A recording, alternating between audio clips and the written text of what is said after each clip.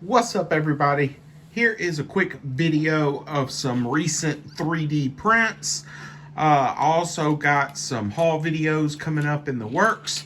One mainly from Big Bad Toy Store. So looking forward to showing those off. However, I wanted to show off these, and I would have done so sooner, but I had some 3D printer issues with the new machine yet again, the FlashForge Adventure 4. I don't know if it's my particular model, but it's just been problem after problem. And so we're here. So here we are with some latest 3D prints. All these files I got from the Etsy website / app. I will put in the description each person that I got these from. And again, if you see some fails on these prints, it has nothing to do with the actual designers of the files. It's more or less printer issues, even with bed leveling, temperature changes. There's a lot of variables in 3D printing that people are not aware of, and it has really deterred me from getting a resin printer just because of learning a whole new obstacle, and I'm just not ready for that right now.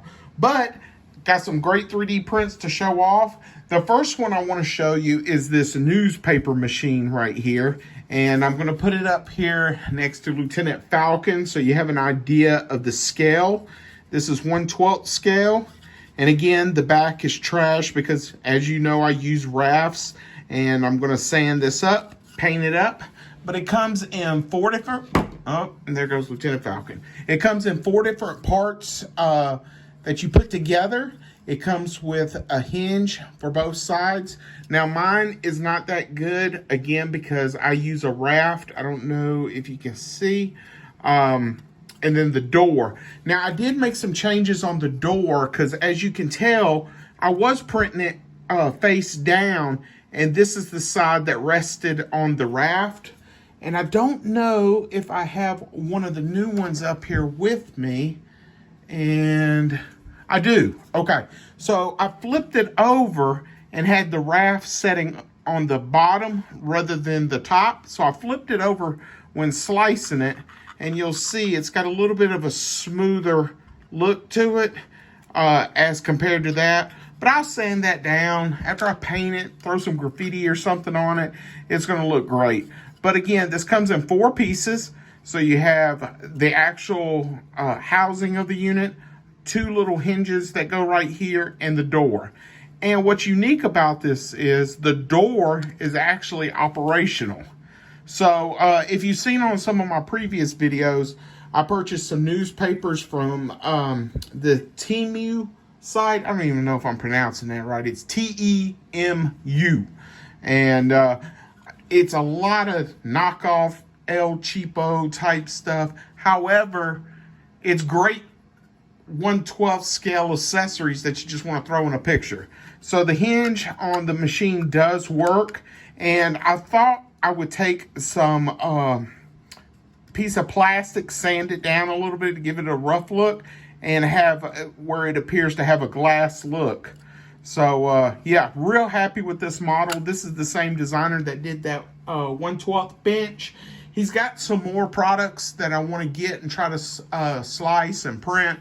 Another newspaper machine, and the mailbox receptacle really looks good. But when you break it down, here's the housing right here.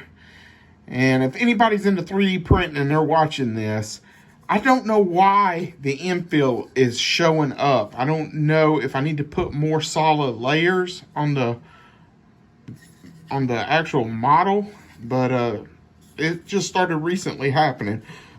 But you can see there's the 2 holes. Everything's already pretty much laid out in the model itself. And the hinges I left on the raft because I didn't want to lose them on the table and have one of my little fur babies eat them or something. But just take it right off the raft. And as you can tell, it'll just fit in there after you kind of play with it. You might have to sand it a little bit. Again, I made these with a lot of infill because I wanted a good solid piece to use on the machine. And of course, then you saw the doors for the machine. All right, the next thing I wanted to show you was the Gonk droid from Star Wars. And this came in 5 different pieces. And let me see, 5 different pieces. The head, the bottom, a bottom plate, and the feet. Now, it also comes with a foot that you can use like it's walking. It's kind of got a slant right there, but I had trouble trying to glue that on and keep it in place. So I'm going to try that on the next one. But that's a Gonk droid from the Star Wars universe. And we're going to use Lieutenant Falcon again because we have Darth Maul in the chair, which I'll show you here momentarily. So that's how it scales next to a 6-inch figure. So this is great. Gonk droids really don't have a lot of articulation. And you paint this up, you prime it, do whatever paint schemes you want. And you can fit it in any Star Wars diorama action figure photography. So yeah, that's a great looking model right there. Here is the bottom portion. This was printed support free. The bottom resting on a raft because I am terrible with leveling a bed. Here is the head portion, and that looks kind of trashy right there. So again, don't take the model for it. You can see where I was starting to have some printer issues, especially on this model with supports. Yeah, just some issues. Let's see. The bottom plate right here, which fits on the bottom down here. And then you glue your feet to it. And I'll show you the kind of glue that I like using. So again, here is the foot. It's kind of slanted where it gives it like a walking pose. And here is just a standard flat foot. Again, these haven't been cleaned up or sanded, painted, or anything. Basically straight off the printer and put over here on the table pending a video showcase on them. All right, the next thing I'm going to show you came from the same set as the Gonk droid in one package deal for ST file downloads. The first thing I'm going to show you is it's like a terminal station. I forgot what it was called in the product. I think it's similar to the machine that Han smashes in A New Hope when they're saving Princess Leia. But it's got some great details on it. This was printed support free face down where this bottom rested on a raft. And you can see on this particular corner, it peeled up a little bit. The raft did, which I think affected some of the later layers right here, which I'll get to momentarily. But you have some wiring type sculpting on the file. You have all sorts of just different objects and key functions, buttons, and this will look good once you paint it up. This is a side view of it. Again, I had some bed issues. However, it's going to be set against a diorama, so you won't see it. We're going to use Lieutenant Falcon again just to show you the size comparison. And you'll see the problems I had was, and I'm thinking it's because it lifted off my bed, it did not print very well right here. So that's not very structurally sound on both supports, but it printed fine up here, so I'm not really sure. It's either this caused this in turn, or there wasn't enough infill for this to happen. So what I did was I printed just some standard like little plates, and I'm going to kind of glue them next to it or on the inside, like right there. Just something to add some extra support right there, and reinforce that. And I'm going to try to print it again and see where we go from there. But the details look great.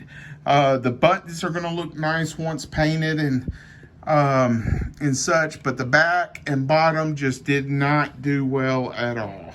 So that's the thing with 3D printing, though. You're going to have fails. You're going to have good things and bad things. Let's see.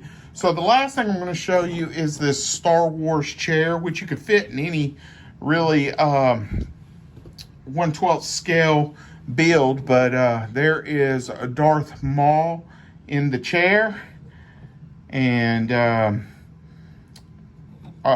it has some nice photos from the seller on the Etsy shop, showcasing the Bad Batch in it, and you definitely need to check it out. Now again, don't take the look of the object as compared to the actual file.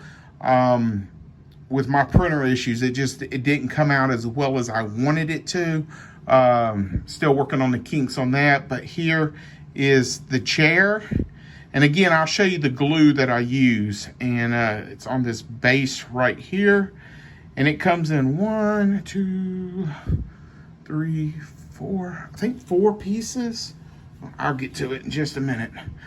But yeah, this is going to look real good painted up, and again, there's some bad spots in the world of 3D printing, but I look at it as wear and tear on a well-used space seat. So yeah, we have that, but it comes in these different stages. So you print this base right here, and this was support free. Here's another one. And again, you can tell I had a couple of issues with the 3D printer, such as life. All right, this is the actual frame for the chair, and it has a hole right there for your piece to rest in, like so. Then you have the actual seat cushion, which is this right here. Again, the back looks horrible. I really wish I could get better at printing where I didn't need a raft.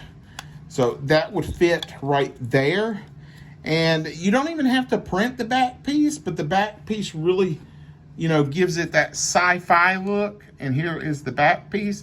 And again, don't take these prints as the quality of the files, because the files are a whole lot better than my printing skills.